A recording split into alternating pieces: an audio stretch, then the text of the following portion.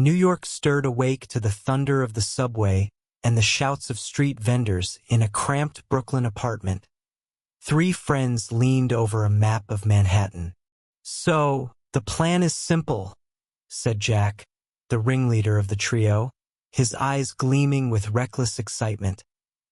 "I walk into the bank dressed as a clown, throws them off balance right away. Funny, but terrifying at the same time." His friend Margot arched an eyebrow with doubt. "A clown? Seriously? That feels more like a bad horror flick. And that's exactly why it'll work?" cut in Carl, spreading out the scale model of the bank across the table. Everyone's eyes on him, cops convinced we're all inside. Meanwhile, Jack grinned, finishing the thought.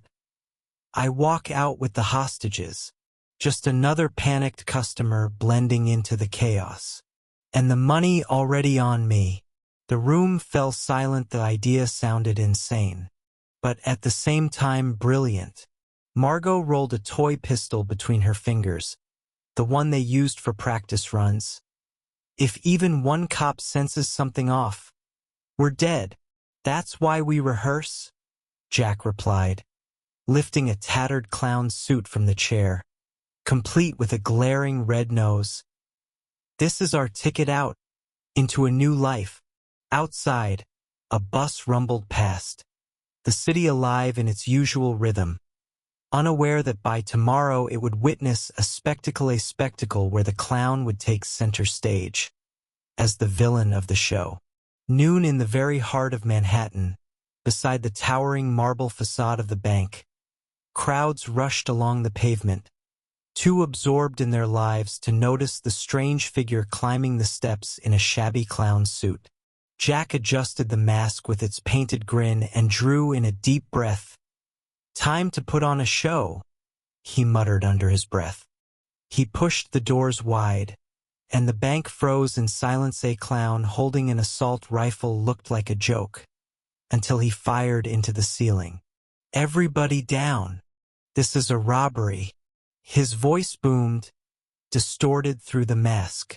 Screams erupted, panic spread. People dropped to the floor, clutching their children. A guard's hand twitched toward his holster, but Jack moved quicker. "Don't even think about it, cowboy. Today, you're not the hero."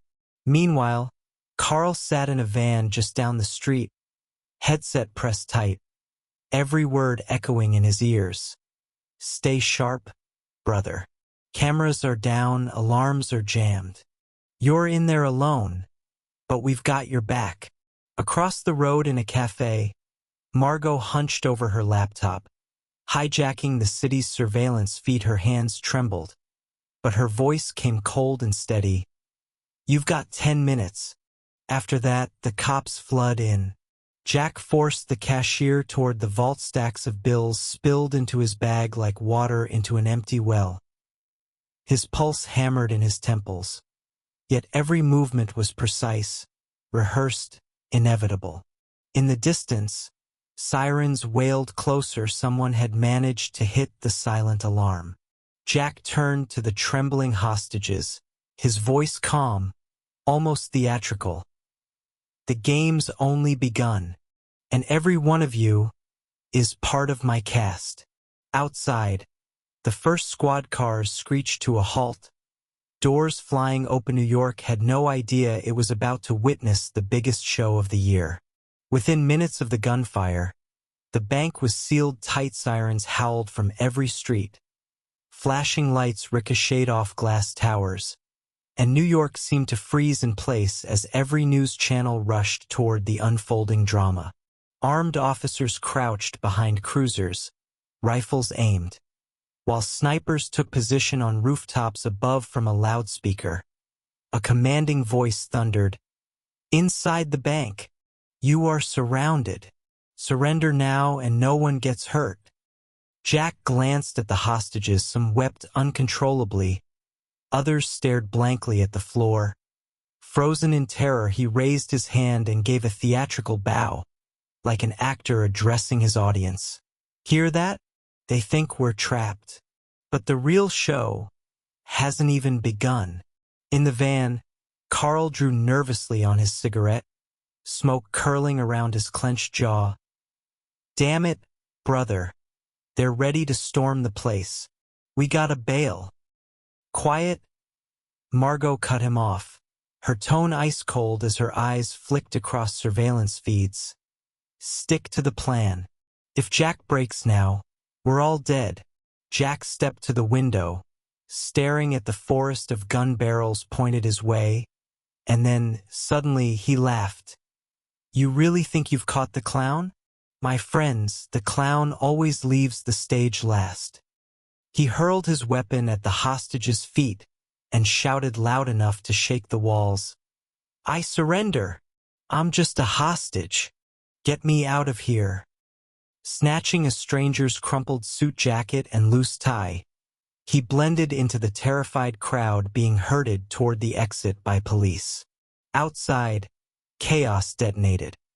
Reporters screaming into cameras, crowds pushing, SWAT teams barking orders, negotiators shouting into megaphones in the storm of confusion. Jack lowered his head, shielding his face, and took his first step toward freedom. Beneath his jacket, clutched tight against his chest, lay millions in cash. Jack moved slowly, blending into the stream of hostages, his face pale, shoulders trembling. The perfect portrait of a terrified victim. A cop grabbed his arm, eyes drilling into him. You were inside? Did you see the gunman? Jack nodded quickly, forcing his voice into a strangled whisper. Why, yeah. Mask on, shouting. I thought we were all dead. The officer shoved him aside, letting him pass through a few more steps, and Jack was beyond the police cordon. His heartbeat pounded so violently it felt like all of Manhattan could hear it. Cameras flashed in the crowd of reporters, microphones shoved forward, voices demanding answers. Jack ducked his head lower, clutching the bag tight against his chest. He pushed through to the next street, where Carl waited in a yellow cab. Get in now, hissed Carl, yanking the door open. Jack slid inside, and the taxi jolted forward with a roar of tires behind them. The loudspeaker still bellowed toward the bank. You won't get out alive. Surrender while you can. In the cafe across the street, Margot watched the chaos from behind the glass, her headset pressed close. Congratulations, boys. We just fooled the entire city of New York. But the triumph was short-lived. At the next intersection, the cab screeched to a halt. The road blocked by a sleek black car with no plates. Two heavy-set men in leather jackets stepped out, their shadows stretching across the asphalt. Carl cursed under his breath. The mob. Goddamn it. Jack's hand closed on the door handle, but he froze. They had just traded one trap for another, and this one looked far worse. The black car blocked the street, its polished surface gleaming under the city lights. Two heavy-set men strode toward the cab, weapons bulging beneath their jackets. Without any attempt to hide them, one leaned into the window, flashing a grin lined with gold teeth. Well, quite a performance you pulled off. But every show has a ticket out. Time to pay. Carl clenched his jaw and slammed the accelerator. But the second thug already had a pistol drawn, pressing the barrel against the glass. Wouldn't try it, pal. Bullets travel faster than your gas pedal. Jack leaned back in his seat, knuckles white around the bag of cash. The mob, of course, wouldn't be New York without you. Margot's voice hissed through the earpiece, sharp with tension. Don't do anything stupid. They've been watching that bank for weeks. Hell, they might have even fed us the tip. Let us do their dirty work. One of the mobsters yanked the taxi door open, voice booming like a gunshot. Out. Leave the money, walk away breathing. That's your deal. Jack stared at him calmly, clown mask still strapped to his face, untouched since the heist, and then he smiled. You know something? Friend. A clown always has one last trick. In a blur, he pulled a smoke grenade from the stash under the seat and hurled it to the pavement. It detonated in a choking burst of white smoke flooding the street, shouts erupting as gunfire cracked and glass shattered across the asphalt. Carl floored the pedal. The taxi lurched forward, scraping the wall. Side mirror ripped clean off as they burst through the haze. Bullets sliced the air behind them, sparks flashing off metal, but somehow they broke free. Jack gasped for breath, clutching the bag like a lifeline. Well, my friends, the show just spun out of control. Margot, slamming her laptop shut in the cafe, spat into the headset with bitter irony. Congratulations. Now it's not just the cops hunting you. It's the mob too.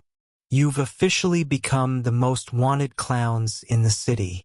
The taxi tore through the narrow streets of New York, weaving between oncoming cars. Police sirens wailed from every direction, while behind them the growl of engines roared.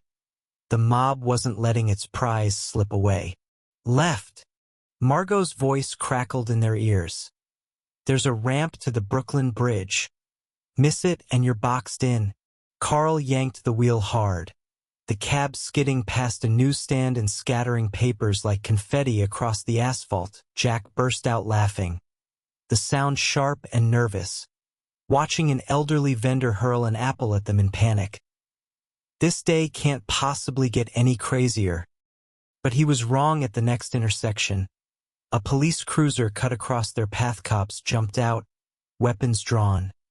But Carl never eased the pedal. The cab slammed forward, clipping the bumper of the squad car, scraping through a gap barely wide enough, and shot ahead again. We can't keep this up, Carl growled. Tank's almost dry and we've got half the damn city on our tail. Jack glanced through the rear window, his eyes wide behind them. Mobsters and police now chased side by side, as if part of some grotesque marathon. Gunfire cracked against the wail of sirens, pedestrians scattering like frightened birds. Christ, this isn't a getaway. It's a circus, he shouted. And then the cab plowed straight into a wedding procession. White limousines screeched to a halt. Photographers dove for cover, and the bride herself screamed as she leapt aside, dress billowing in midair. Confetti whirled together with shattered glass while the blaring of brass instruments drowned out the gunshots. Margot, watching it unfold on her hacked feeds, finally broke into uncontrollable laughter. Well, now you're literally clowns crashing someone else's wedding. The taxi punched through the chaos, but the madness only multiplied the farther they drove. The more the city transformed into a colossal stage for their deadly, unstoppable show.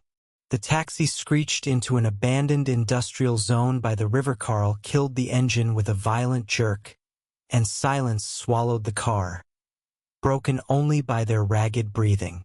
That's it. We're finished, Carl muttered, wiping sweat from his brow. No gas, no road, no way out.